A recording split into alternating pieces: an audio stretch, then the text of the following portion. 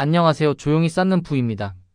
장기 투자 포트폴리오에 비트코인을 담아야 할지, 그리고 담는다면 얼마나 담아야 마음이 편한지 고민하시는 분들이 정말 많으시죠.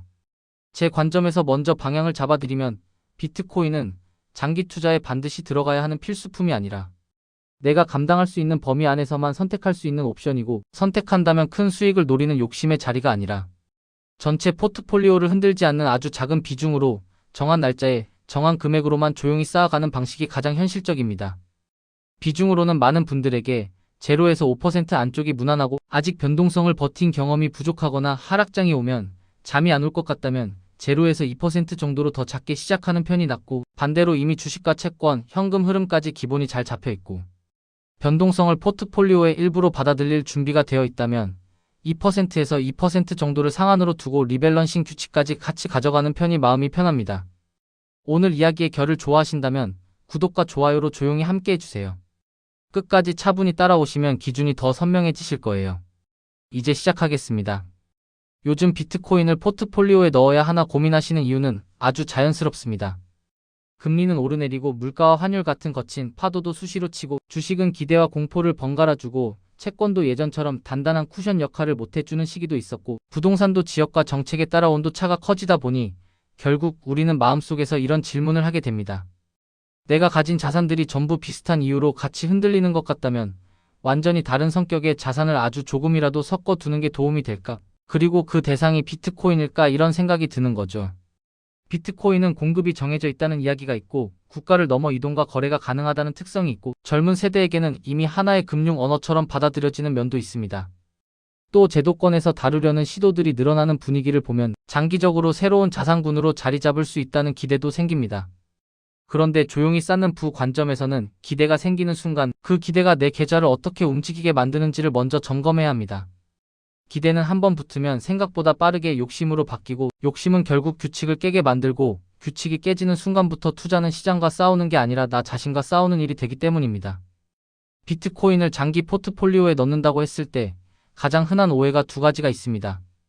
하나는 비트코인이 위기 때 내 자산을 지켜줄 안전 자산이라는 생각이고, 다른 하나는 비트코인을 넣기만 하면 수익률이 자동으로 좋아질 거라는 기대입니다. 둘 다 조심하셔야 합니다.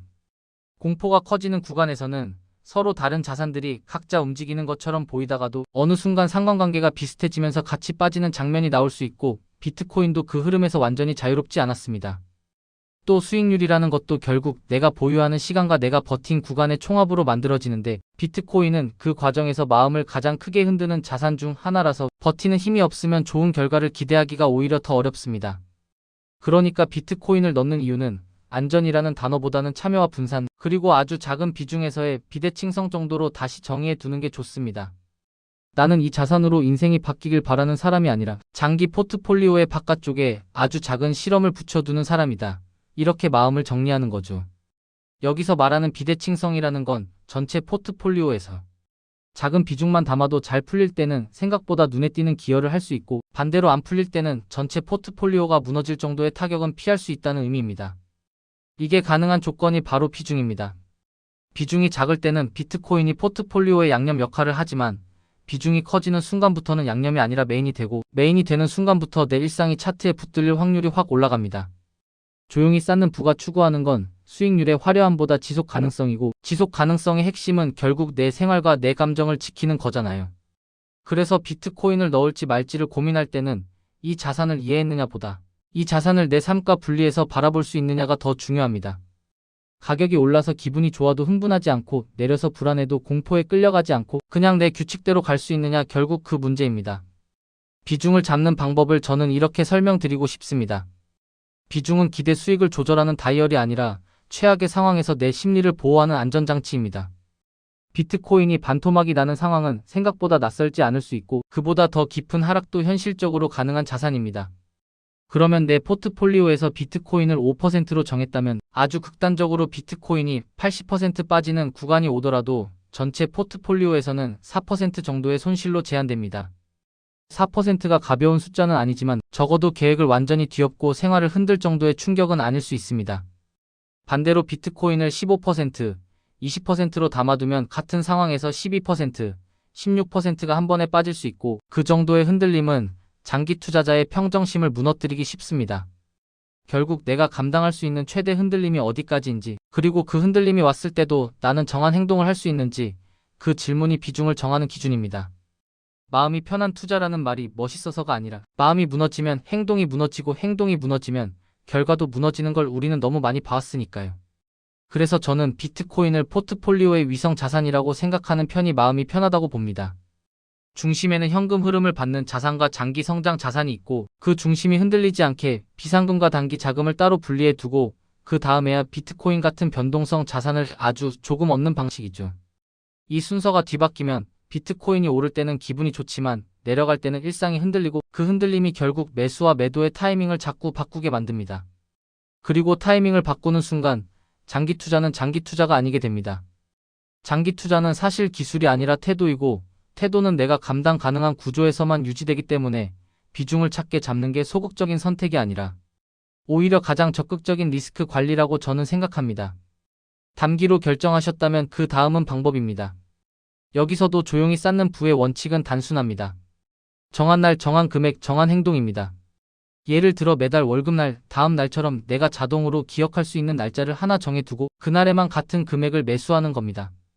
비트코인은 특히 뉴스와 분위기에 따라 급하게 움직이기 쉬워서 오늘은 좋은 소식이니 더 사고 내일은 불안하니 멈추는 식으로 가면 결국 내 계좌는 시장이 아니라 내 감정에 의해 운전됩니다. 반대로 날짜와 금액을 정해 두면 좋은 소식이든 나쁜 소식이든 나는 내 할 일을 하는 사람으로 남을 수 있고 그게 장기 투자의 힘입니다. 그리고 여기서 중요한 건 내가 감당할 수 있는 금액으로만 한다는 겁니다. 비트코인은 재미로 접근하면 위험하고 생활비로 접근하면 더 위험합니다. 장기 투자 포트폴리오는 내 인생을 지탱하는 구조물이고 비트코인은 그 구조물의 모서리에 조심스럽게 붙이는 작은 장식 같은 거라고 생각하시면 마음이 훨씬 편합니다. 그리고 비트코인을 넣는 순간부터는 리밸런싱 규칙을 꼭 같이 가져가셔야 합니다. 비트코인이 오르면 비중이 커지고 우리는 보통 그걸 성공의 신호로 착각하면서 더 실어버리고 싶어집니다. 그런데 포트폴리오 관점에서는 목표 비중을 넘으면 조금 덜어내서 다른 자산으로 옮기는 게 오히려 더 안정적입니다. 반대로 비트코인이 크게 내려서 목표 비중 아래로 떨어지면 겁이 나서 손을 떼는 게 아니라 정해둔 범위 안에서만 그리고 정해둔 금액으로만 채우는 겁니다. 이렇게 하면 비트코인이 크게 올랐을 때는 이익을 일부 확정해서 포트폴리오의 기초 체력을 키우고 크게 내렸을 때는 공포 속에서도 규칙을 지키는 훈련을 하게 됩니다. 리밸런싱은 예측이 아니라 균형이고 균형은 마음을 편하게 만들어주는 장치입니다. 그리고 이 균형이 있어야 비트코인은 포트폴리오를 망치는 존재가 아니라 포트폴리오의 규칙성을 강화하는 존재가 될 수 있습니다. 또 한 가지, 보관과 거래 방식은 최대한 단순하게 가져가시는 게 좋습니다.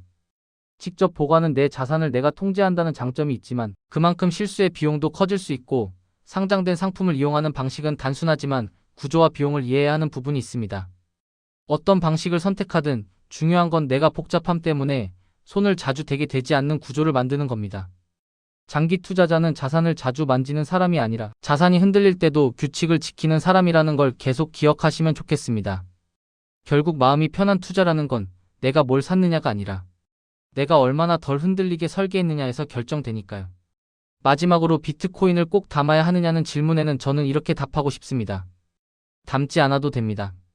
포트폴리오의 성패는 특정 자산을 넣었느냐보다 내가 정한 원칙을 얼마나 오래 지켰느냐에 달려있고 비트코인은 그 원칙을 지킬 자신이 있을 때만 작은 비중으로 도움을 줄 수 있는 자산입니다.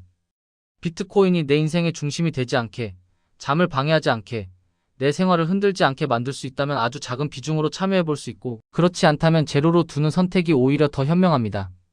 조용히 쌓는 부가 추구하는 건 화려한 한 번이 아니라 조용한 반복이고 그 반복이 쌓여서 결국 복리가 됩니다. 오늘도 그 기준으로 내 포트폴리오를 바라보시면 좋겠습니다. 조용히 쌓는 부, 마음이 편안해지는 투자 이야기. 이 영상이 도움이 되셨다면 구독과 좋아요로 함께 해주세요. 여러분의 투자 여정에 작은 힘이 되겠습니다. 오늘 내용은 정보 전달을 위한 일반적인 내용입니다. 최종 판단과 책임은 투자자 본인에게 있습니다. 오늘도 조용히 쌓는 부와 함께 해주셔서 고맙습니다.